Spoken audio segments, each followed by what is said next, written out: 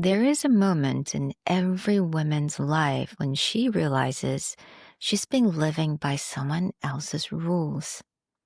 In today's episode, Agnes shared with us how she created the Wild Women Empowerment and what it really takes to come home to yourself.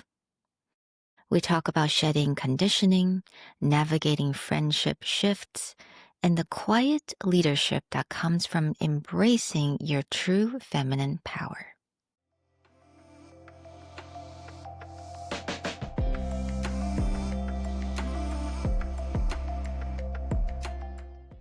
Hello, welcome back to Software Project. Today we have beautiful Agnes with us. She is the creator and founder of Wild Women Empowerment, the Wild Medeina. She is doing amazing work, and actually her account just hit 600 followers. So congratulations to you. And Thank you. that's an incredible milestone. Yeah, so welcome to this podcast. Thank you so much, and thank you for having me. It means a lot to me to be on your podcast and to speak about this topic. So I'm very, very grateful. Oh, thank you. I love what you're doing. It's so different and so unique. So I feel like we absolutely need to start with kind of the genesis, how it get all started, your intention behind this branding, the Wild Medina. And I know there's a story behind that. Yeah, I feel like every brand has a story, isn't it? Yeah. So for me, just my whole ethos for who I am and what I do is to help women to find their wild, to find their true meaning in life, to find who they are at their core, because society has made us shrink and forget who we are. And I'm a big like Mm, fiery person. Like my son is in Leo, so I'm very like fiery, go go go kind of girl. And I really want to inspire women that they can have the same similar energy in them, right? That they can find their passions and they can share them unapologetically, because this is how we change the world and this is how we inspire others. So that's kind of my why and my ethos mm, why I'm here. right. I love that. And do you always know that you have this very fiery side of you or very passionate side of you growing up? Yes, yes, I did. And I think again, this is part of why I created this brand as well, because I was always like the odd one out when I was growing up. I was always the weird one. I was always like, I wouldn't say the outcast, but like, I don't know, I always was questioning life meaning when I was in school. I was always like fighting for justice in school. I was always like, well, why are we doing this? Why can't we do this? How can we serve everyone? How can we serve everyone? Why, like, just questioning everything. And my parents, I mean, it's their upbringing. They were saying to me like, just stop questioning things. Just be quiet. Like, just don't start fights. Don't start the drama. Just do as you're told. Be quiet. And my fire was being diminished when I was growing up. Yeah, so from that, I just felt like it was years and years of just be quiet, just don't make drama, just be quiet. And my drama in quotation marks wasn't like I didn't want drama for the sake of it. It was drama to fight for the right reasons.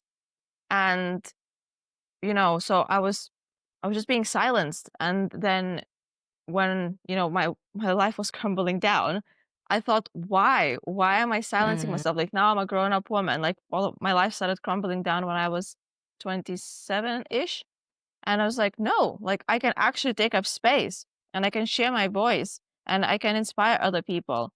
And when I started doing that, like in my previous job, I got so much feedback from my students, because I was teaching students at the time, and they were like, I just love your energy, like, you're so inspirational. And I was like, "Ah, so mhm. I should share my voice more." Like, partly that's how it all was born. I loved when you talked about, you're passionate and when you're fighting for a reason, not just because you wanted to rebel for the sake of being rebellious.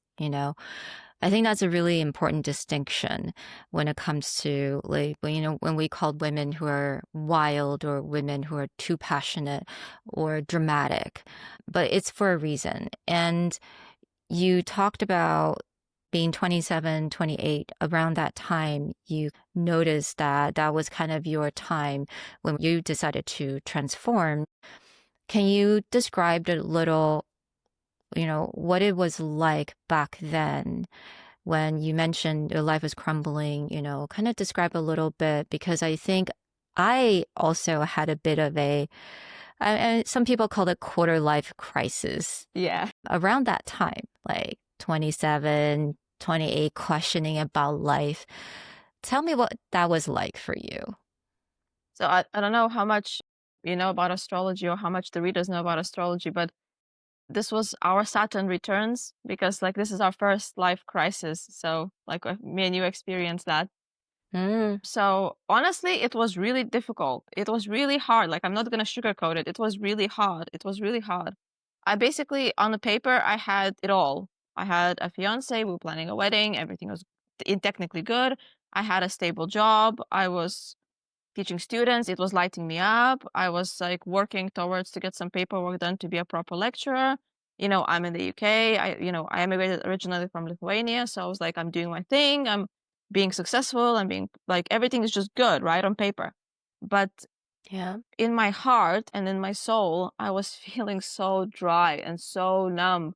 And I didn't like, I used to go to work, come back, and I used to go to sleep like at 6 o'clock in the evening. Like nothing. I just didn't want to do anything because I just started Mm, questioning my work and the reasons, like how we're doing things, how we're teaching students, how we're showing up.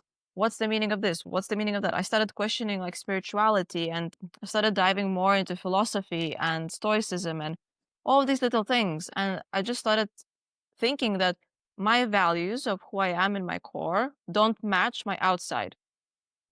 And I thought, okay, well, this is very huge misalignment. So how can I change things? And I just felt hopeless. I just felt hopeless that I can't change anything because I wanted to change things up in my work, but I couldn't. I was trying to like make my relationship better, but it wasn't working.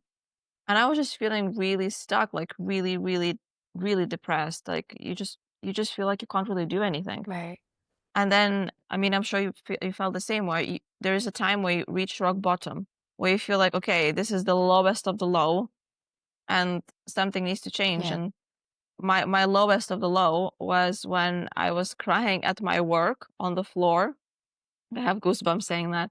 I was crying on the Oh, floor at my work, like mm, 9 to 5 job. But I was like bawling my eyes out. And I was thinking like, I can't do this. Like I can't live. Like I cannot. And I mean, my current partner, but we were friends back then, like we worked together.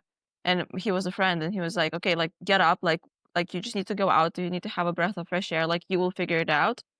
But that was my lowest point where I was like, okay, like I need to make big changes if I want to continue, being me.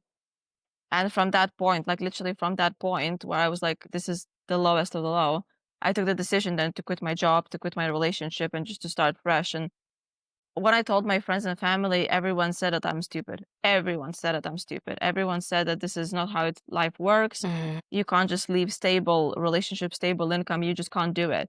But when I was trying to say that, like, look, I'm here to do something different and I can hear my soul's calling, I can't ignore it because it was so loud. So I was like, well, okay, then I'm going to be alone doing it. Like, okay, like I will have to figure it out. And I don't wish it for anyone. Like it was so difficult, so difficult. yeah. So from there, Mm, slowly, slowly started changing my life. But I mean, it took like what since like 3-ish years or something to kind of settle down because I'm 30 now, and now I live with my current partner. We have a dog together. I have the business. Like now everything is okay, but it's still my nervous system still remembers that, and I'm still a bit like I still need to do some healing. So that's kind of a very long story short. You mentioned that the process was definitely very alone and very isolating. And I think a lot of us can relate to that. When we transform, when we're letting go of our old self, it's not always welcomed by everyone. And in your case, I'm sorry you had to go through that. I think it's the loneliness definitely was really difficult, I'm sure. So I'm just wondering for anyone who's listening that is going through that, how do you cope with it? And how do you sort of help yourself so that you can still feel that support, that connection while going through this, paving your own path of transformation? And I'm sorry that you had to go through that as well because, we were in similar slash same page. So I'm sure you can add so much of your wisdom here as well. But talking about me, so the support, I would say what helped me is that I kind of accepted the fact that I'm here alone. Like I accepted that my support circle is not supporting me anymore. And accepting that was helping me. It was helping me that like, okay, like accept that you're alone. And then what I started thinking and doing is I started looking for women's circles. I started looking for just different environments where I had like we would have similar interests. So like book clubs and women's circles and like I started looking for some master classes about like divine femininity and all of these things. And my mom actually was getting into this divine femininity as well. So she showed me some master classes and I just got hooked. So it's like literally you just try to put yourself in environments where your new version of you would want to be in. And that was helping. That was helping me a lot because yes, I wasn't making friends per se, but I was mixing with different people who were also struggling, but they're trying to find the meaning, who are trying to better themselves, who are trying to look at life differently. And that gave me peace and gave me Mhm. understanding. That's I feel like that's the Right, biggest one. right. I think what you said was powerful because it was the recognition that I'm going to be alone and I'd rather be alone than to, to fake it, to pretend. And I think a lot of us um, got stuck in that phase when they feel like they had to make everyone else understand what they're going through so that your friends can be on board or, loved ones can be on board with you. I think I experienced that a little bit, trying to explain what I'm doing.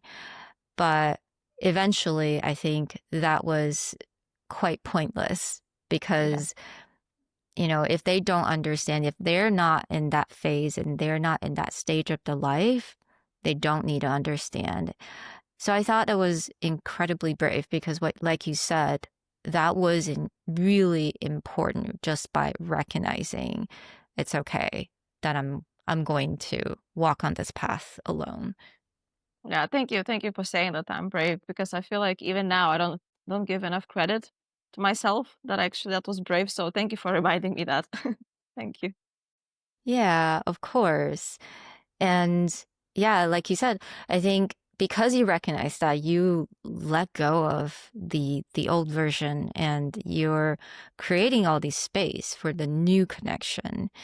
And I wanted to ask you a little bit about friendship. I know this wasn't exactly in our scope, but I think that's important because, as human, we are here to connect. And you're saying that you weren't exactly making friends, but, I definitely had gone through similar things. Is that, oh, like I kind of realized that not every single friendship needs to be like super deep or needs to be in a certain way. I can have different connection from like people with different interests. So what's your view of connection and friendship when you're on this transformation path? Well, that's a very interesting question, actually. So yeah, I feel like understanding as well, understanding you said it very beautifully, actually. You said it very beautifully that not every friendship needs to be super deep. Not every friendship needs to be, your mates for life and that's it. So I would say that like sometimes if we accept the fact that some friendships are like transition friendships, like you just have them in one stage of your life or the other. So that's again a relief. And for me, I feel like I mean, so like I have my best friend. We've been friends since we were kids, right? And we went through so many different life changes together, so many. And yes, we've gone cold at some time, like sometimes. Yes, we've gone closer, we've gone cold again. But it's just like the matter of like giving the space for that friendship. And so like yeah, we're still talking, we're still supporting each other. So that's like one thing. But another thing, I would say, yeah, as long as you start mixing with people that you, again, your new identity, who you want to be. Again, like if you feel like you always wanted to do pottery, but you had like conditioning that you can't do anything with pottery, and it's just like it's just stupid, right?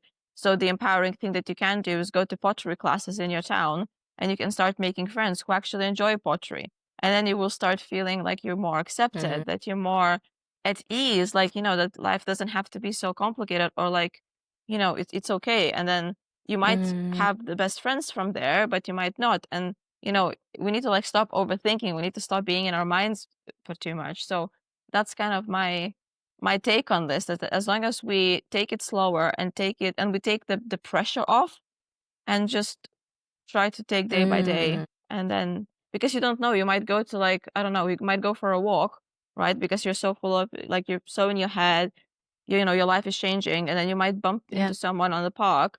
You start talking about, oh, I'm having a hard time. They will Mhm. say, oh, I'm having a hard time. And then bam, you have a friendship. So it's like you just take the pressure off yourself. That's what's coming through to me right now.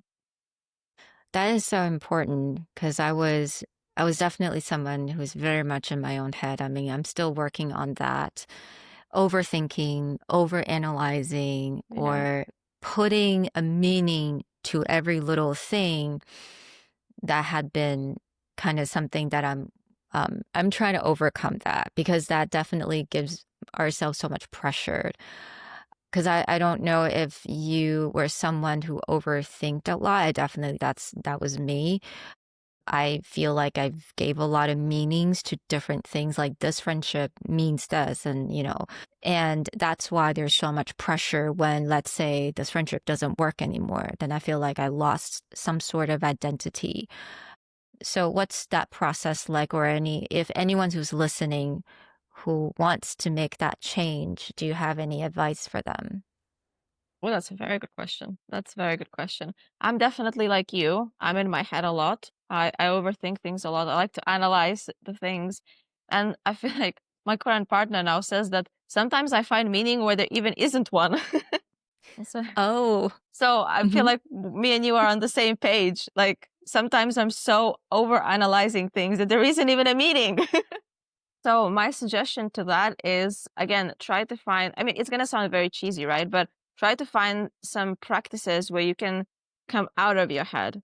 Pottering, knitting, going on a walk, doing Pilates, like anything that's like you're doing something like either physical or with your hands or something, where you kind of let your mind just wander, hmm and just accepting the fact that things are going and going as they are. And then side note to that, I started doing EFT tapping. So if if I would have known that that tapping existed when I was struggling, why that, things would have been very different. But I would say that the tapping really helped me recently to just kind of like understand my thought process and understand where everything stems from and all this. So I would say, yeah, you use my life experience and do AFT tapping earlier than I did. Yes, absolutely. I tried on myself. I really need to do a little bit more research on that, but so thank you so much for the reminder. It is a very powerful tool. And I am so curious about, because I'm reading your Instagram page, and I'm so curious about a couple of different keywords that you put in your little profile. And, you obviously talk about soft, which we will definitely get to later on. But you talked about this wild inner leadership, Yeah. and I would love to know more about this. Oh, my body got all excited when you said that. While leadership, right. Okay, where do we start? So, when I was at my 9 to 5 job, right, my boss was always telling me that you're going to be a leader. You're going to be a leader, like you're going to be a leader. You know how to deal with people, you know how to motivate them, you know how to handle different groups. Like, you're just basically going to be like a winner. And it was giving me confidence. And I was like, yeah, like I can feel that. Like, it does feel like something I want to do, or I want to be. And then, I'm sure as in every 9 to 5 job, you get some clashes with the boss, with the people there. Just just your energies are not on the same page. And I started questioning, well, okay, if my boss is believing in me, right? and it's saying to me that I can be a leader and I am a leader and I have all the qualities. So when I start being a leader, right, when I embody all the qualities, I get pushed down to the side and I get ignored and I don't actually get to be the leader. So I was thinking like, well, that doesn't Hmm. really match. So I started like questioning things and questioning things. And then when I actually got around to starting my own brand, I started to realize that we can be the leaders for ourselves. Like we can be the embodied leaderships for our own self. We can find the ways to lead ourselves, right? We can find the ways to empower ourselves as leaders. And that's where all the magic happens, because you own, like, you are the boss of yourself. I don't know if that sounds right, but like you are your own muse, you are your Mm-hmm. own architect, and you can build your life the way you want. So blending this with being the wild woman, right? And how, again, what it is to be a wild woman. She's unapologetic in how she acts, in how she is, right? She stays in her lane. She doesn't cause drama for the sake of it. She just, you know, she is who she is at her core, and she's happy with that, and she leads from that way. We all know that things happen for a reason, but I feel like being in my 9 to 5 job made me think that leadership is not just to be a leader of the company. Leadership, you can be leadership of your own life Mm-hmm. and start acting from within, start acting from your Mm-hmm. values, and start acting from your true wild core. So yeah, that's where it stemmed from. That's so powerful because I completely resonate with you when you said that leadership ultimately, because when we hear leadership, right, you think about someone leading a group of people. And that's kind of the definition of a leader. But if we really look at it, actually, like you said, we are our own boss. We are the leader of ourselves. And that is so true because it's like embodying this agency, right? We get to make all the decisions, then we Yeah. have a purpose and we have an intention.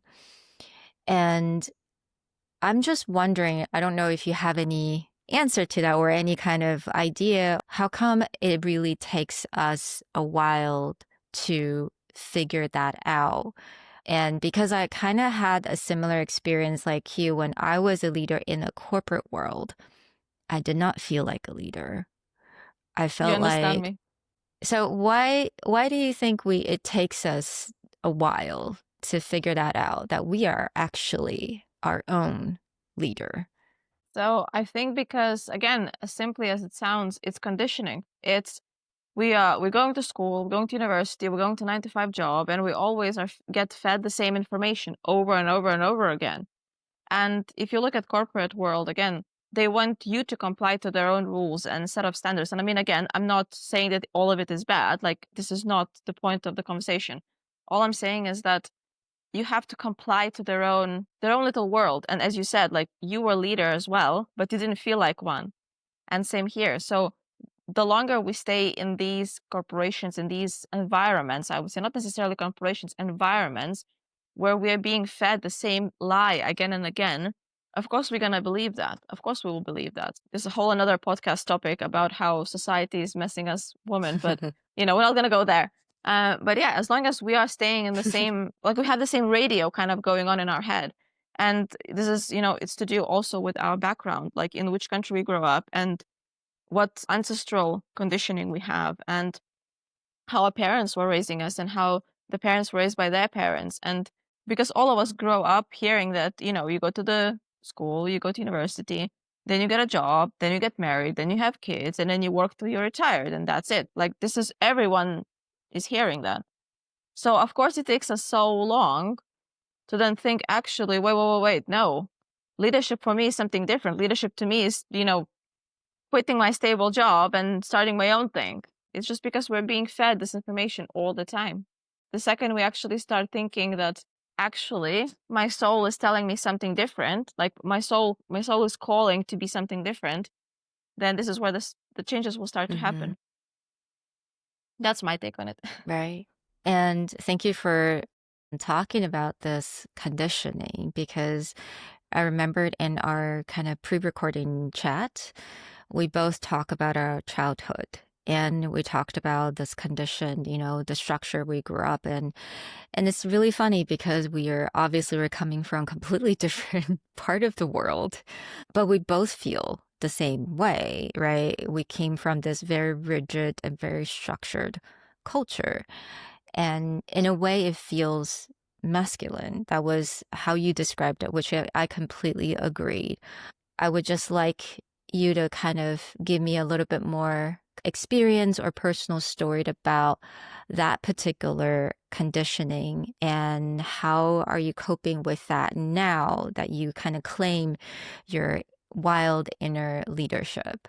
Yeah, definitely. My upbringing was more masculine because both of my parents, they all about hard work, all about dedication, all about like showing up, even if you're crying, even if you have temperature, like just you have to show up, you have to be productive. And I was always hearing that, you have to be busy, you have to do something. It doesn't matter what it is, but you have to be busy. You can't just sit down and read a book. And I mean, again, it's a good thing because it taught me the beauty Yeah. of hard work, grit, determination, because I'm the only child. So they taught me independence. And these are all amazing qualities. Like, I'm grateful for that. But when you have too much of the masculine, it kind of messes you up. And like, I'm sure you know that as well. It messes you up. So for me, what started happening is that I don't know how to relax. I don't know how to just sit and read a book and enjoy, or like watch a movie and just enjoy and just do nothing. And I always have my dad's voice in my head. Why are you not doing this? Why is this not being done? What about this? And his saying to me when I was growing up until this day, actually, he always says, well, this should have been done yesterday. Why is not done now? And so, I love my dad. Hi, dad, if you're watching. But it's just difficult. It's just difficult. We might have the same dad. I mean, they speaks different language, but I think it's very similar. It's so funny because, my dad he would always say, you should have done this. If you do this, this will not happen. Or if you don't do this, this and this and this will happen. Or I think I vividly remember every single time I catch a cold, then he would kind of speculate like why you would catch a cold. And like, I should Hmm. have done all of this to prevent that from happening. So it's a lot of that. And it's also conditioned myself into always thinking about the worst case scenario, always doing more in order to prevent. So, like you said, it's always about doing, doing, doing. And actually relaxing and rest is the hardest thing I actually had to learn over these couple of years. So, how is rest for you now? How do you treat or how are you befriending with the concept of rest now? I love the word you said, befriending the rest. I love that. I want to use that on my social media posts now. Go ahead. Yeah. So I am befriending it. It's definitely a journey. I'm sure you feel the same, where it's not like it doesn't happen overnight, right? So it's definitely a journey. But for me, it's what's helping is, again, a couple of things. So one is doing a lot of inner work, diving into the conditioning of where it was stemming from, was it meaning to me, what's gonna happen now if I just switch my laptop and rest for half a day? Like, will the world crumble down? Probably not. So these things, and then also changing the environment. I feel like that's the biggest message that's coming through to me for this interview, because in my previous relationship I had to be the one that was holding all four corners of the house, and ultimately I didn't get time to rest because I had to think of everything. I couldn't be soft feminine because I had to be masculine in my relationship. And then in my current relationship, my partner, he's very like healthy masculine, and he's giving me space and the structure so that I could soften. So it's again changing the environment, because if I would have stayed in that relationship, because we were planning a wedding and everything was looking good in theory, if I stayed in there, I don't think I would have ever gotten a healthy relationship with rest. But I made a decision to step away from that relationship and actually heal and be true myself, like who I am at my core. And in my current relationship, I feel like I definitely have the environment that supports me to being softer and I mean, my partner always reminds me that I need to rest. Like, yes, it's fine that you're building your empire, but he was saying that he always likes to say that the huntresses also need to sleep and rest and eat. And I'm like, okay, fine. He's using your word against you or protecting you in a way. Yeah, that's the beauty of dating a mature man. You can't play games with him. I love the concept that you're talking about because I recently wrote on my post that I think in order to feel soft, you actually need to feel very safe first, which Yes, is exactly what you 100%. said, right? I think when we were in such a rigid environment where we're constantly defending ourselves and we have this mask on, this armor on, protecting ourselves, how could we ever feel soft or how could we ever feel like we are authentic self? It's an almost impossible. And you mentioned the healthy masculine, your current partner. I don't know if you're willing to share a little bit more because I really haven't covered a lot of topic on that in on my podcast, but I love to hear more about your definition of what is a healthy masculine energy for, for us who really wanted to empower both, feminine and masculine energy. Like, what is that like? So I think before we jump into anything, I just want to emphasize that all of us, like me and you and people listening, we all have the feminine and the masculine in us, right? So just before we jump into anything, like I have masculine energy and I have feminine energy, and same about you, and same with the listeners. And like us women, like being soft, we also need to have our feminine and masculine energies in harmony. Because, for example, if we are, creating an empire, we're creating a business, right? So feminine energy is our creativity, our flow, our energy, like our just being like that alluring wild woman essence, right? But the masculine in us is the energy that will give us structure, right? The framework. So, our habits that, okay, I'm going to work on my business every day from 9 o'clock till 3, right? And my masculine energy is like the habits, the routines, the determination, right? So just want to emphasize that we have both energies.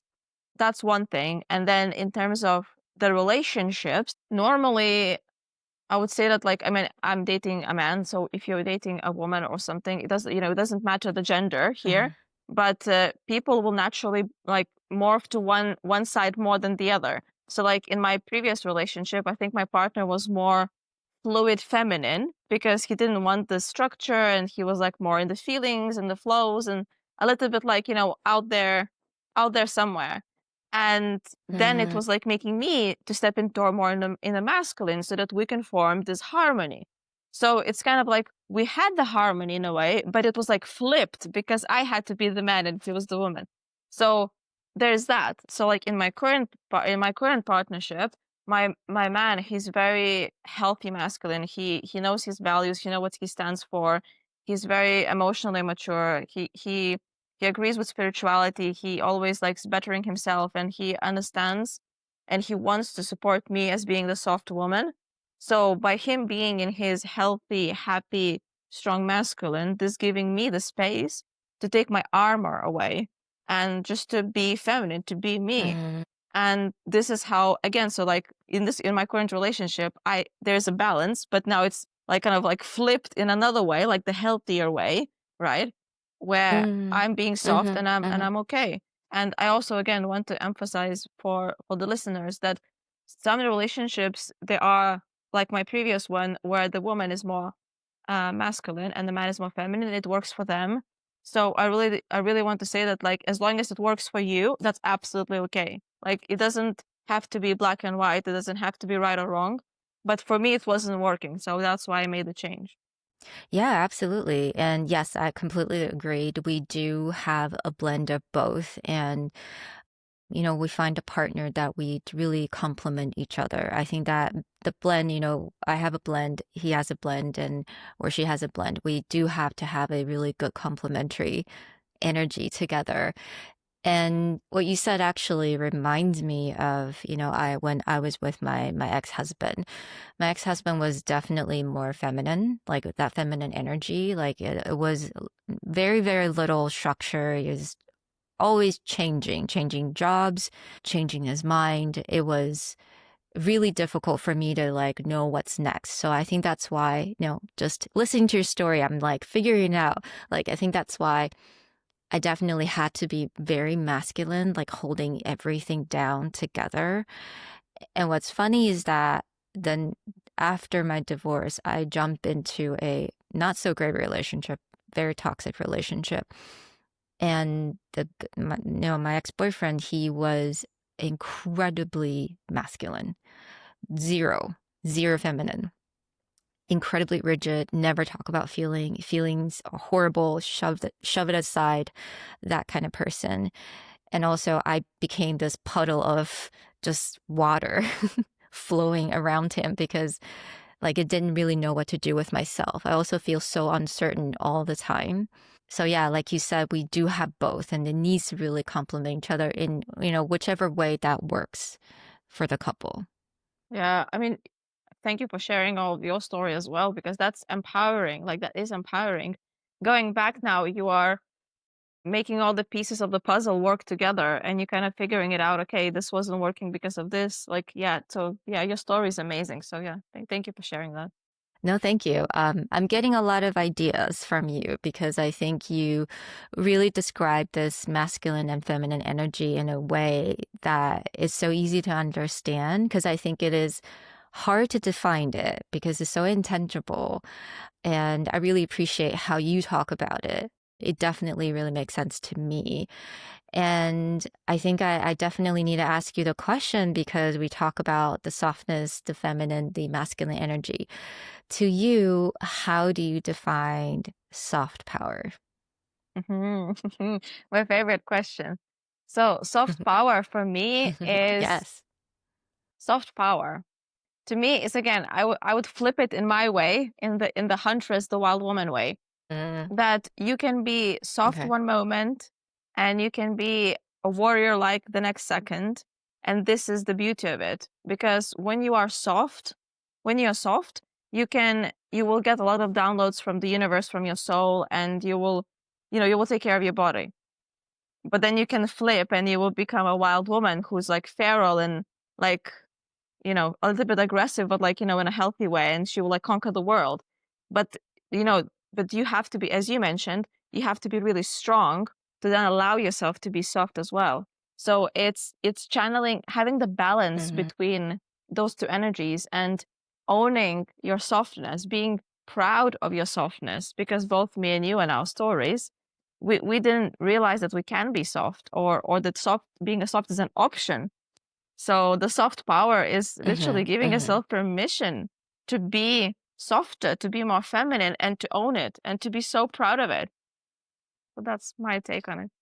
I love that because you talked about that we should be feeling proud of it. And I think a lot of us feels like too soft, it means too weak. And even though maybe we are soft, it takes time for us to actually find the pride in that. But I love that how you said, we need to be strong in order to actually allow us to be soft. And it just a really the perfect blend of that energy. And I wanted to kind of go back to your branding, which is the Huntress. And I know you're working on a couple of different things. You're so incredibly creative, and I can't wait to hear, what are you working on right now that you would like the listener to know about? There's so many things. I need like an hour. I don't know, pick one or two that you're so excited about. So I'm in the process of writing a mini book with one girl. So I'm very excited about that because yeah, like I want to be a published author one day. And so I feel like this is like the baby step towards that. So it makes me super excited. I can't really say anything for now because we're still like finalizing the concept, but keep an eye out. And from my own stuff. So I am in the middle of launching this offering, going to be called Wild Architect, and where I'm going to offer my services to women who want to do something where they feel the niggling feeling in their soul, but they don't know where to start. So because I'm very like fiery, very cheerleader energy, very like, come on, go, go, go, like I'm gonna motivate you with my energy. I found that I had a chat with quite a few women that they want to start, posting on social media or starting their brand, but didn't know where to start. So I'm here to help them. So I'm here to help them get organized, get them to know the basics. Okay, like you need to do this and this and this, and like I know I can help with some website creation, some creating your first products online, like like your ebook or something. So it's like literally how you can be your own wild architect, and I'm here for that. So I'm going to be opening. I'm thinking of around like 3 spaces. I'm still trying to figure out how much I can take on, but I'm super excited about that. So yeah, so keep an eye out because that's going to be my one-on-one work to be the wild architect with me. Yeah, I cannot wait because we're just chatting about this before the recording is that I find that Agnes has a incredible sense of branding. And I think it's really rare. And I really believe that could be incredibly powerful when it comes to helping someone to, launch their business, launch their product. That's really exciting. And I cannot wait for the book. So, by the time we actually publish this episode, hopefully we have a little bit more information. But if not, I'm going to leave all of the information in the description box for you to find Agnes and her wonderful, wonderful work. Thank you so much. And it felt really incredible actually saying stuff about the wild architect out loud because I haven't voiced it to anyone yet. So whew, that feels exciting. But thank you so much for giving me space. Yeah, of course. I cannot wait to collaborate with you in the future. Maybe there's a second part because I feel like there's a lot that we can talk about. For And sure. just by having this conversation, I'm getting some inspiration because I think a lot of the topics worth really diving deep into it and having, more of a tool set for the listeners to kind of to practice and to actually implement in their lives. Yeah. So Yeah. thank you so much for sitting with me today. And I cannot wait when it's come out and for everyone to listen. Yeah. Thank you so much for having me. It's been an honor. So thank you, thank you, thank you.